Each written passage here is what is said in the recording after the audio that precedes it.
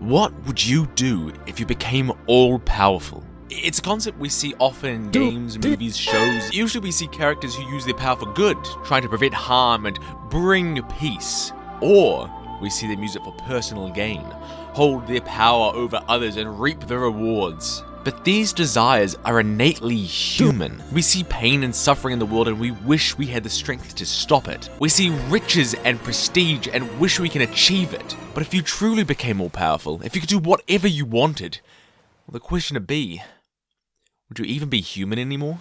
I'm here.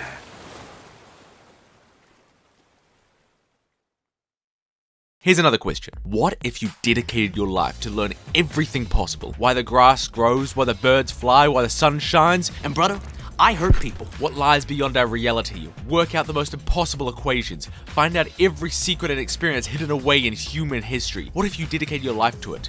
Every day, slaving away, learning absolutely everything there is to know. What do you do when you finish? When there's nothing left to learn? When there's nothing to strive for? You see the title. Well, I suppose you'd make something new to learn. Enter Happy Chaos, whose entire character is summarized in the first 30 seconds of his theme.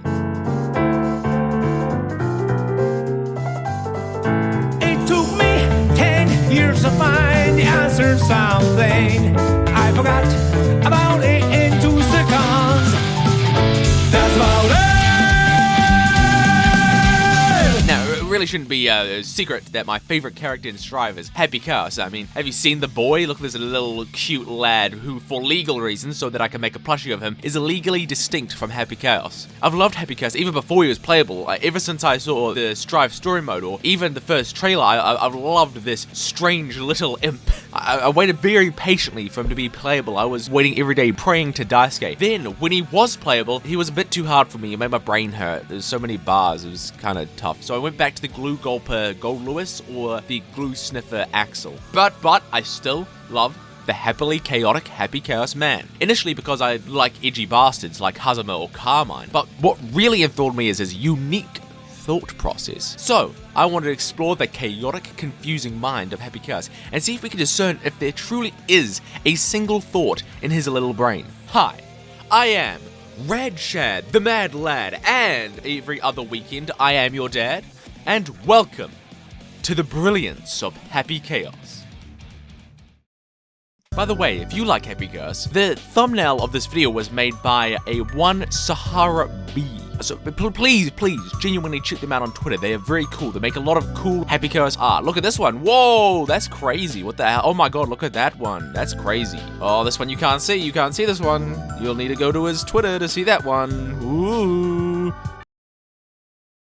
So I realize not everyone in the audience may even know who Happy Chaos, let alone what Guilty Gear is. And you might be asking when you see this strange man, Why are you blue? So, just so that everyone's on the same page, here is the rundown of the devilishly handsome Blueberry.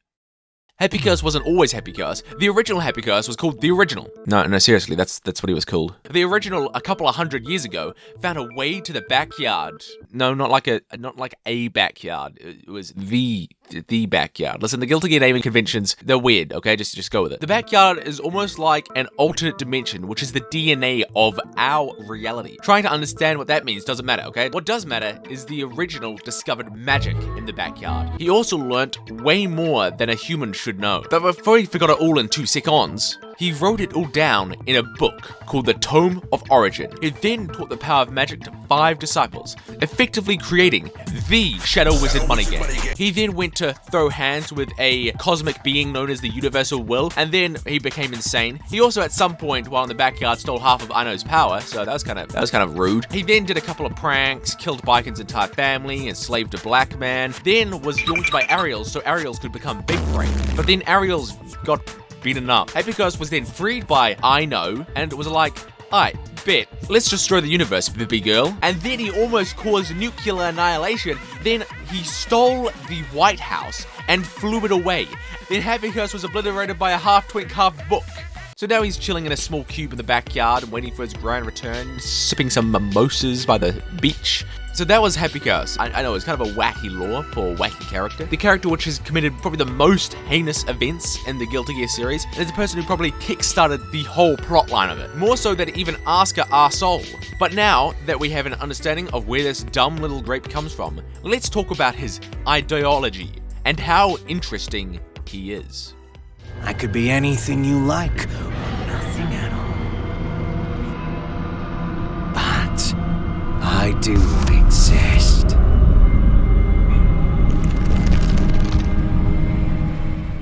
Boo! Rad Chat jump scare. Just reminding you to like and subscribe, or else I'm gonna explode in 1 second. Also, I have a Patreon.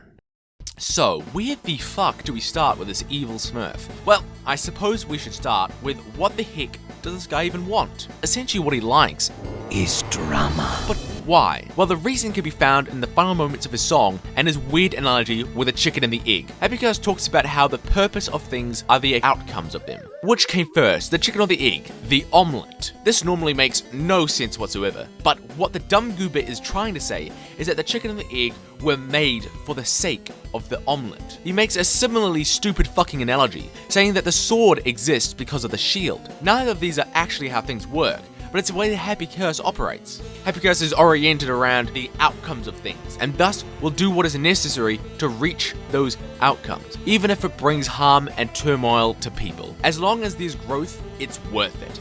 He will make the chicken and egg. He essentially sees everyone as characters who need to grow and change by the end of the story, but we'll get more to that in a moment. We see this desire sung pretty clearly in his Disney-ass tunes near the end of his theme song. When the violent storm is over, blue sky is more beautiful than ever. You see, I want that, that's all I want. So shown there, what he desires is the beautiful blue sky. But the only way to bring that is becoming the violent storm, or whatever is required for the story to end up at that beautiful sky. Milpico. Drink it on its own, and it's shit. But shake it up, and it's delicious. I wonder what that's a metaphor for. Ooh. You see, the syrup is the all-human desire, and the water is their survival instinct as living beings. Just plain old water would be bland, and the syrup on its own would be too thick. But when you mix them together...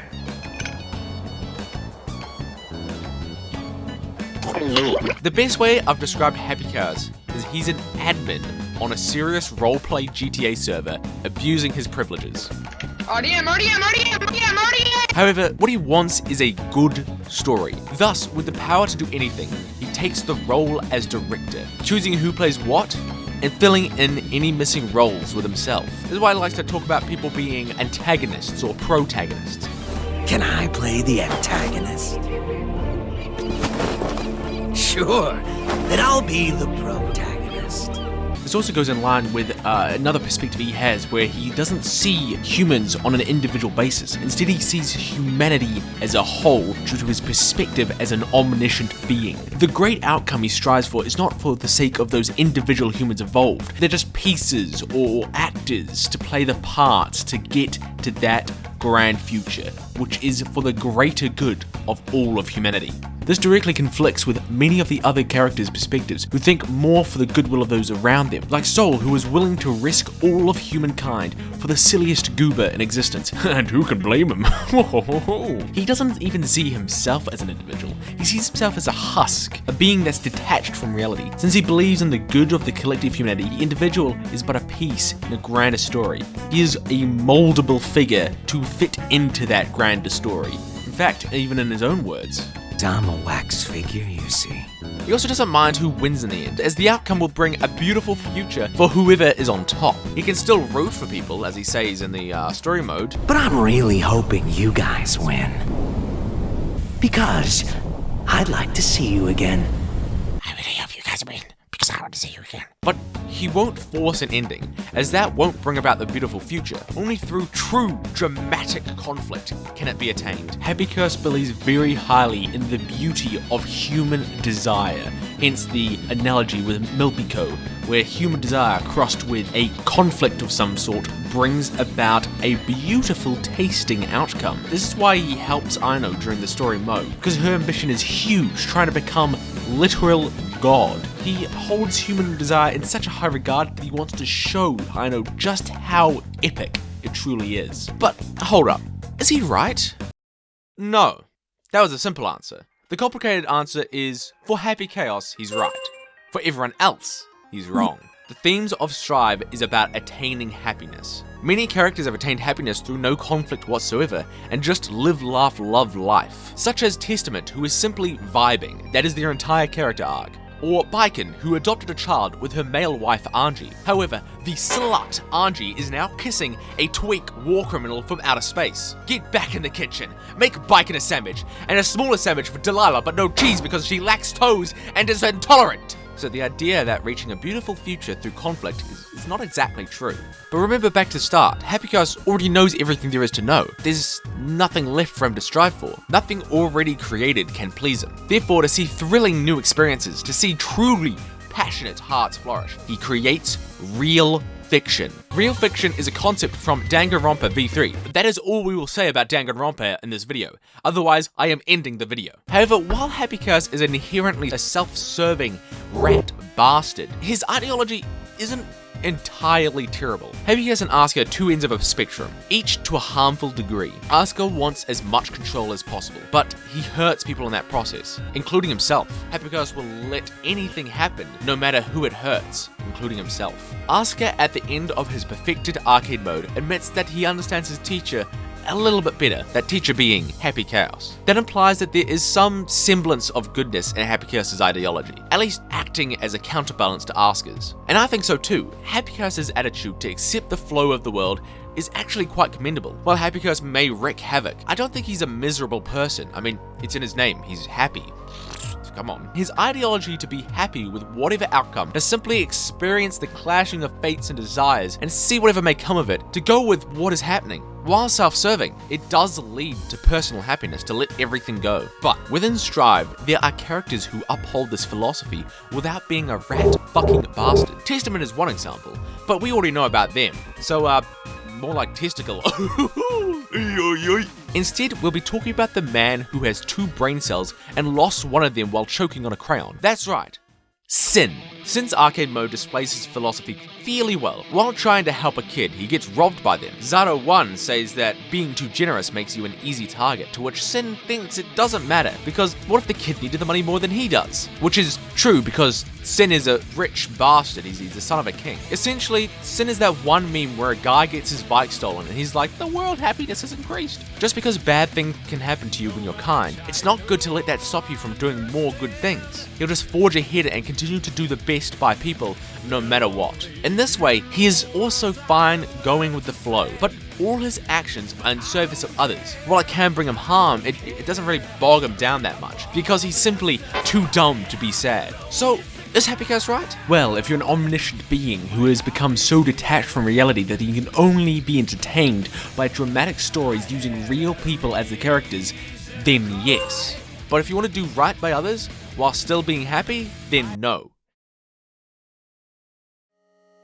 So, to conclude, Happy Chaos is a being whose view of reality itself has been warped by becoming all-powerful and omniscient. The scale at which he views the world is beyond the pain of any individuals. The great outcomes that he desires on a much grander scale than them. He's not necessarily ill-meaning. He doesn't like suffering, nor does he want a bad ending for people. He believes that through human desire and conflict, humanity will improvise a much greater outcome.